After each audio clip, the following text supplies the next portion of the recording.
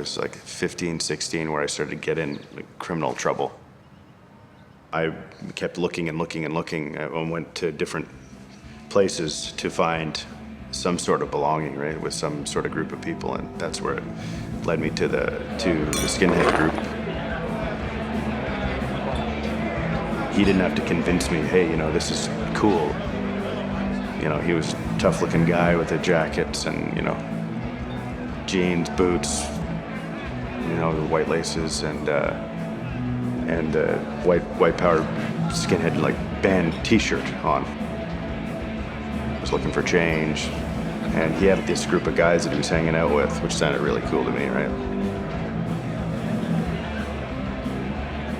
And then at the concerts, there was always so much beer and just, you know, people, you know, Nazi saluting and all this stuff. It just seemed like these guys were hardcore and really believed in this, right? White power, 1, 2, 3, 4! I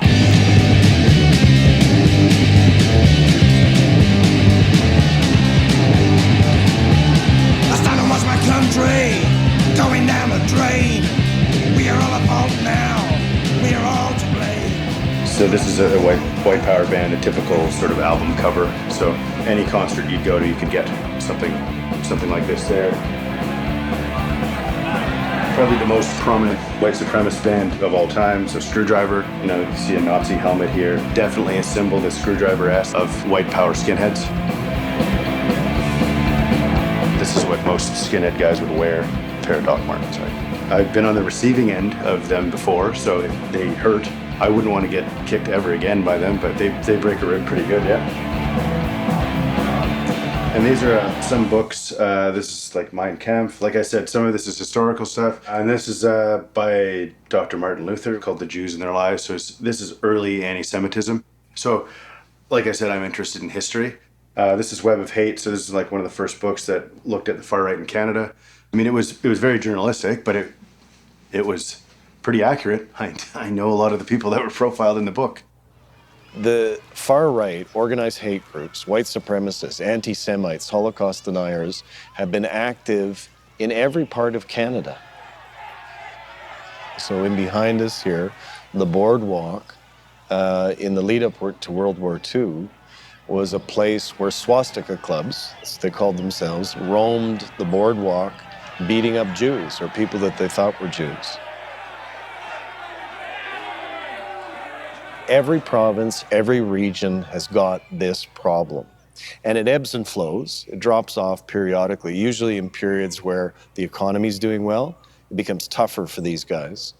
But it never goes away fully, and it is active in every part of the country. Terry Long is a 40-year-old born and raised Albertan.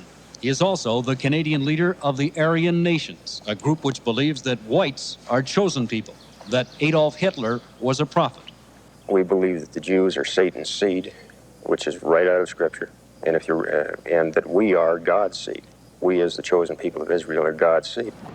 You know, in the 80s, when society became much more preoccupied with equal rights for gays and lesbians, that became their preoccupation. Abortion, you know, because Jewish doctors, they would claim did abortions.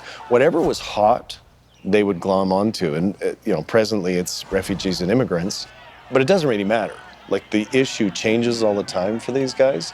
It's just, it's hate. They just hate, you know, other people.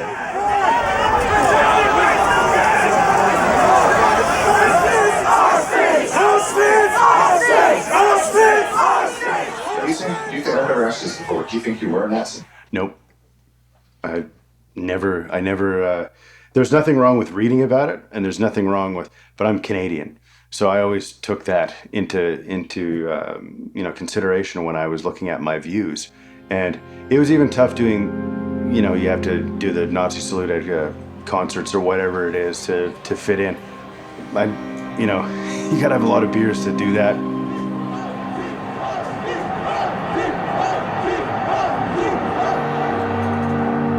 You know, in the early days, I helped organize it, right?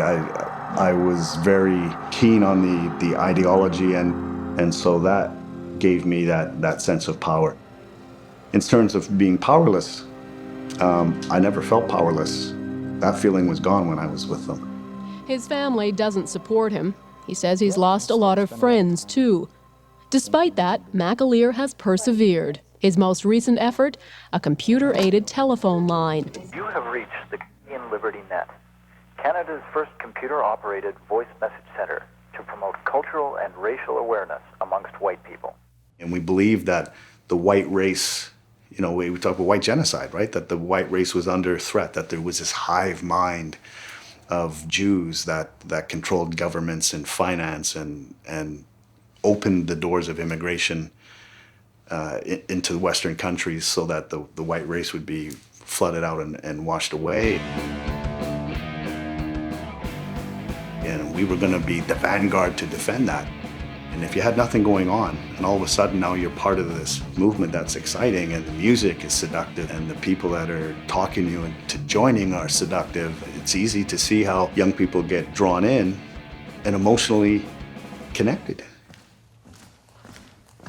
So this is the type of place that we used to have like concerts at, community halls, whether it be cultural centers or, like you said, like scout places or something. Like it was always something that was, you know, try to fly under the radar, but Absolutely. everybody knew about it anyways. It was kind of, you know, trying to be incognito about everything, right? But Meeting at the Free Speech Club. yeah, the Free Speech Club, yes. When we go to join violent extremist groups, because we're not getting that acceptance, attention, approval, we excommunicate ourselves from Friends, Family, Society. We join the group. When we decide to leave, we excommunicate ourselves again, and we find ourselves in the middle, I call it the void, where you have no social group. And it's incredibly lonely space to be. And most people can't handle the loneliness, and they will choose the dysfunction of the group and go back rather than face the time to be alone. I could see us coming out. I could see the brand new dawn. Definitely that music was prime target for the recruitment tool, right? And then, of course, the literature, you'd have the magazines from whatever groups or... If you could create the event and invite someone into it, and then it's that sense of camaraderie, there's the energy, the music, and for someone who's been bullied or getting beat up at school, you know, by people of a different race and they're white kids. Oh, yeah. They feel automatically, like I could feel safe with these guys where they may not have felt safe otherwise, and we took advantage of it. I know I had a part in that. I mean, it's just like any other kind of business strategy, right? You want to get more members in, or like, you know. I met Brad three and a half years ago. He reached out to Life After Hate. When I left, there was nothing, you know, I went from the white power music scene, kind of bumbled and stumbled. There was no one who made that journey before me. For someone like Brad, it's a tough journey. A lot of people go down the road and quit, but Brad hasn't. He's stuck with it, and I'm really pleased to see him. He's one of the people that have come through Life After Hate and are saying, like, how can I help now too?